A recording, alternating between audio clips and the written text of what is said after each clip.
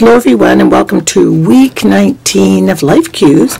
I'm coming to you on holiday Monday instead of yesterday, Sunday. So I hope that didn't throw anybody off, and if it did, I apologize. So this week's prompt is all about honoring the crone, as it says in the title. And I'm not sure if you guys know what a crone is. A lot of people do. But in kind of medieval times, women were kind of, as we are now, we're sort of separated into three categories. Not really, that sounds kind of, but three phases, I guess. First were the young woman, the young maiden, were considered for our beauty and very attractive. And, that's probably the time when you're attractive to your partner and all of that kind of stuff. And then there's the mother, from which all life comes. And then the last part of our journey as a woman is something very few of us talk about. And in sort of medieval times, they called her the crone. In our times, we just call her old, menopausal, aging. In the dictionary, if you look up the definition of the word crone, it says an old woman who is thin and who is disagreeable and ugly and malicious. So that just shows you what kind of respect we have for us older women once we've aged and, sort of finished our job according to society. But I beg to differ. Crones, I'm a crone. We're still hot mamas. We still have a lot of life in us and a lot of life to give. But the most important thing we have that no other phase of womanhood has is wisdom. And if you are ever blessed to be in the presence of an older woman, you ask her everything about everything, because I guarantee you she will have wisdom to share with you. I think it is an age that should be honored, and I think in past times, when our lifespan wasn't as long as it is now, I think our lifespan was only like maybe 65 way back in the day. So anybody over 40 was like on their way out. Well, 40 is the new 20, 60 is the new 40. You know how it goes. I'm going to water this down. I'm using this metallic paint because I'm trying to make this all about the silver years,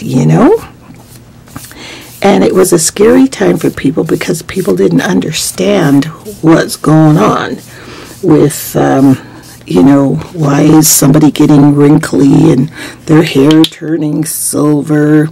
And that was kind of considered ugly. Did you guys know, this is kind of like as a sidebar, that back in the day, the male population of the Roman Catholic Church, and I'm Catholic, so I'm not putting down the church, I'm just stating facts, would hire famous artists like Michelangelo to go out and depict these older women that used to go out at night in capes. They couldn't figure out their magic. They would go out at night. They were midwives, but they didn't know that.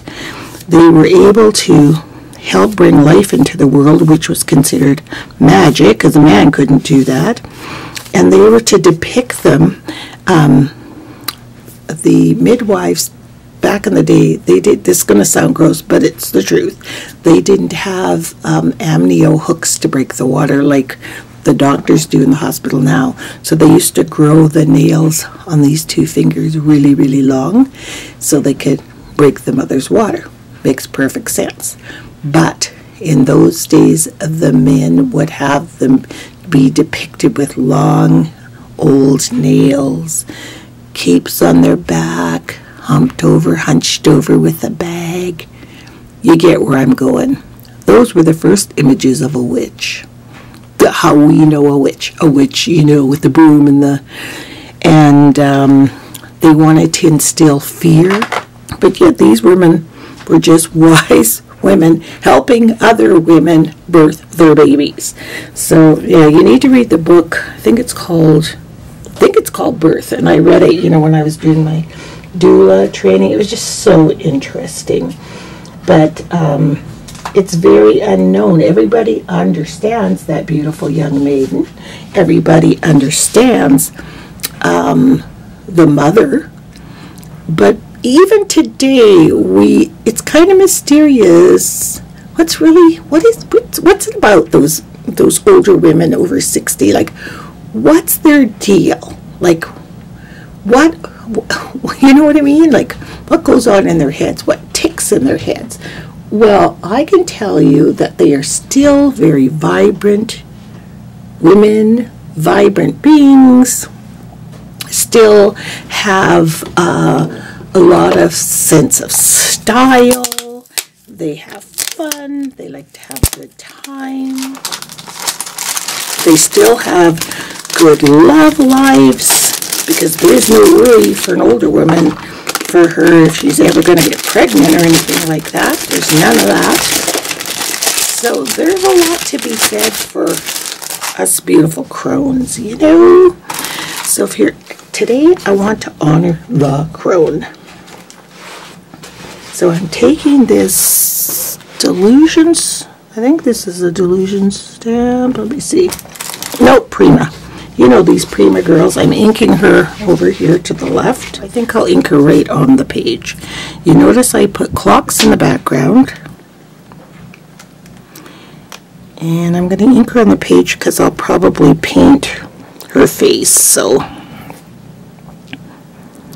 but you know, one thing as I got older and started talking to my mom's older friends and my mother and people, I was just amazed at the lives that I never thought these women would have. Like, I'm just like, really? Really?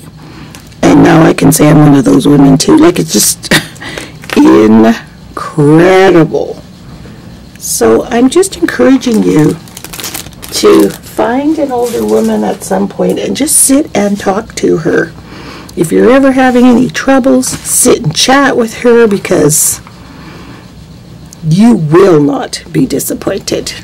Don't throw us out to pasture just yet. I'm talking kind of quietly because it's really early in the morning, and I'll probably have to turn the volume up on the video.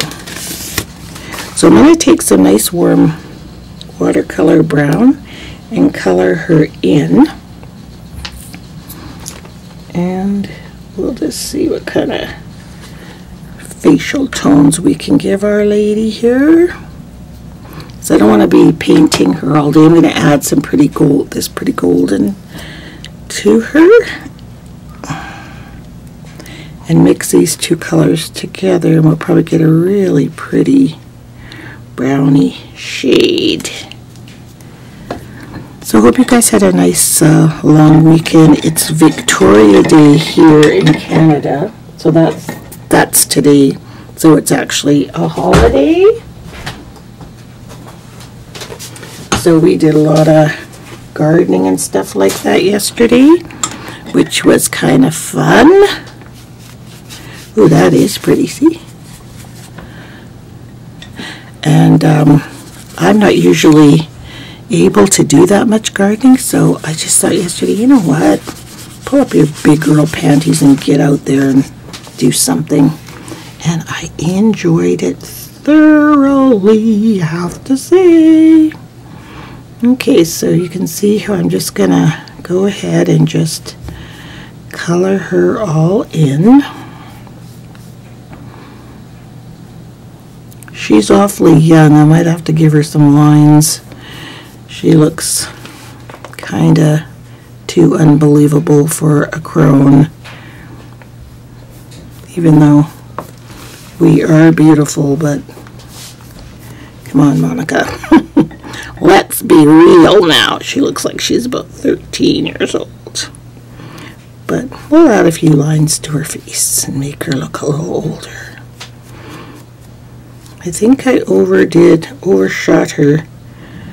Oh no, I don't think so. Her shoulder's right there. It's just the way her hair is. Okay, I'll be back once I get her all colored in. So you can see I did her hair as well. And I'm going to take some gelatos and just do her lips and stuff while her hair is drying.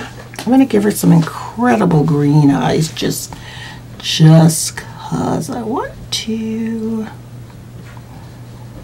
And you can see that I put a mixed white in with the black to give it a really cool kind of a, not all white hair, but you know, just touched with a little bit of gray because I want to add to that in a minute. I'm just using this really pretty orange. Figured I'd add a pop of color because everything's so silvery and gray while it's still beautiful. I just wanted to add a little bit more color. And before I wet that up, I'm going to take a pencil. I'm giving her some lines. Now, usually older women have lines, let me see, right here, a little bit here, and there's nothing ugly about these lines. These are the road map of your life right here. So you can see already how it's adding to her. I don't want her to look like a man, but I just want her to have some lines. It's funny how it changes a little bit more masculine looking face, you know? I think it should be this way. That's right. A little bit more like a C. I'm going in the wrong direction. Or like a backward C. Like it's just the outline of the cheek a bit. It's a little bit more. And a little bit under the eyes. And some crow's feet. I'm not saying that all women look like this, but I'm just trying to get the depiction that she's not a youngster. That's enough. There, that's enough. Okay, I'm going to go ahead and watercolor in those lips and eyes, and then I'll be back. Just wanted to show you that I'm just using an aqua pen to do my eyes and lips. So much quicker, I tell ya. You can get these anywhere. You can get them at Michael's, art supply stores, and then just to clean them off so you can go into a new color, you just squish them out at the end, and now you can go into here without any green on it. She has a little bit of smudge lipstick. That was not on purpose. Maybe I can remove some of that. There, just keep taking it off. There we go, that's better. And bring some of that brown down. There we go. Then I'm going to outline her eyes with her pupils. I'm just going to make them really dark black with this brush pen.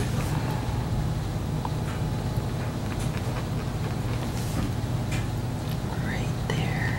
and then I'll just go around them, but I am not going to darken in those wrinkles because that would just be scary looking. But her eyes and her other features, yes, but the lines are just soft and subtle. There we go. And her beautiful luscious lips. But if you guys ever have any questions about life, marriage, relationships, ask a crone. I'm telling you, you will not regret it. You'll get the best wisdom of your life.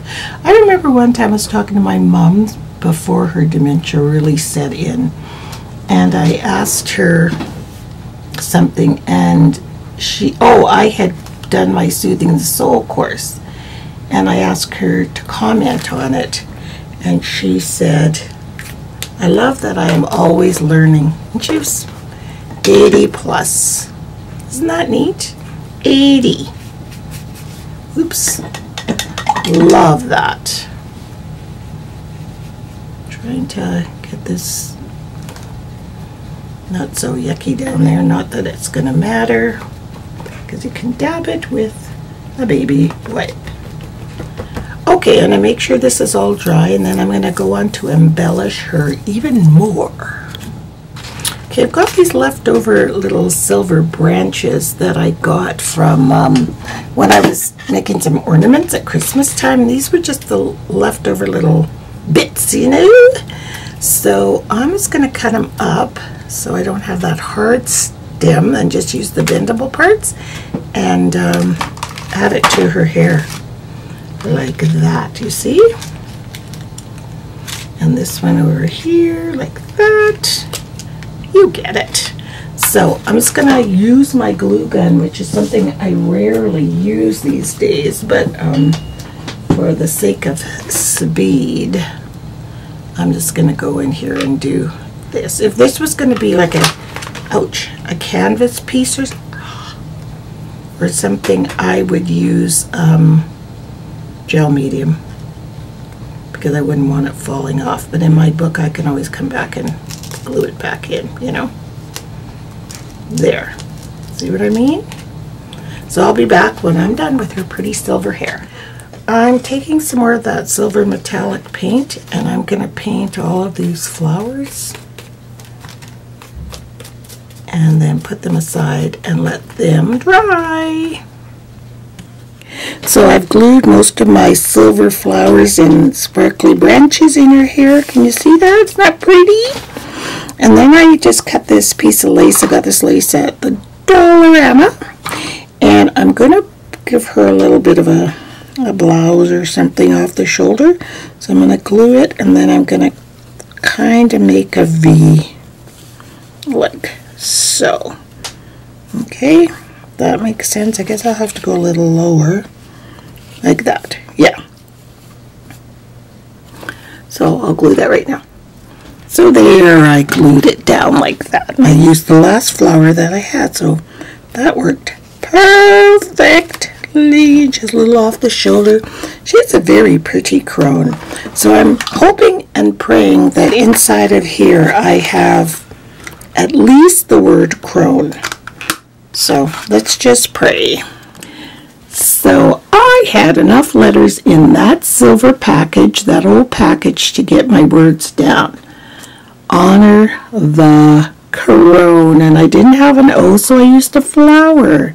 So there is my finished page there. Isn't she pretty? And I'll go in close. So behind the signs of time ticking away, that's why I made that clock background on the silver. I use that silver paint quite a bit, actually. The butterflies that I used were from the Tim Holtz paper line, the same with the Paper Dolls line. They have a whole bunch of ephemera in with flowers and fauna and stuff like that, and butterflies, so I used that. Flowers were just random flowers. I painted silver. Her eyes were watercolor were they? Yes, watercolor crayons. Same with her lipstick. Paint was watercolors. The hair, some branches, and her lace dress. But more importantly, honor and respect of the crone, or older women, especially senior women, and go to them for advice. Don't be afraid. Don't think, oh, they have never experienced this, or they would die if they knew this. You would be shocked. I'm telling you, you would be shocked as to what older women have experienced. They've lived life just like you are living life, and they can offer you so much advice. It's like the book in the red tent. In the red tent, in biblical times, it is said that women used to go to the red tent at their time of the month when they had their period, because they weren't allowed to be around men. So all the women are in the tent, and that's where they shared all their wisdom. The older women would tell the younger women about families and husbands and childbirth and all of that. And that wisdom has been passed down and passed down and passed down. But then all of a sudden it seems to have stopped. We need to pick that back up. Everyone's afraid of old women. Not afraid, but I don't know. The respect seems to have gone, and we need to bring it back. It's so funny that the only place that uses the word crone nowadays is in mythology. So when everybody hears crone or goddesses, they think of Wicca and witchcraft. But if they hear the word young maiden or mother, they don't think that. But as soon as you hear this word, you think, oh, that's some weird airy-fairy stuff, you know? Honor the crone. I'm proud to be a crone. If you want to ask me anything, go right ahead. Believe you me, I will share it with you. Anyway, that is my prompt for this week. I hope you all have a beautiful week and had a long weekend in your neck of the woods. And we will see you next week. Bye. Oh, and thank you for watching.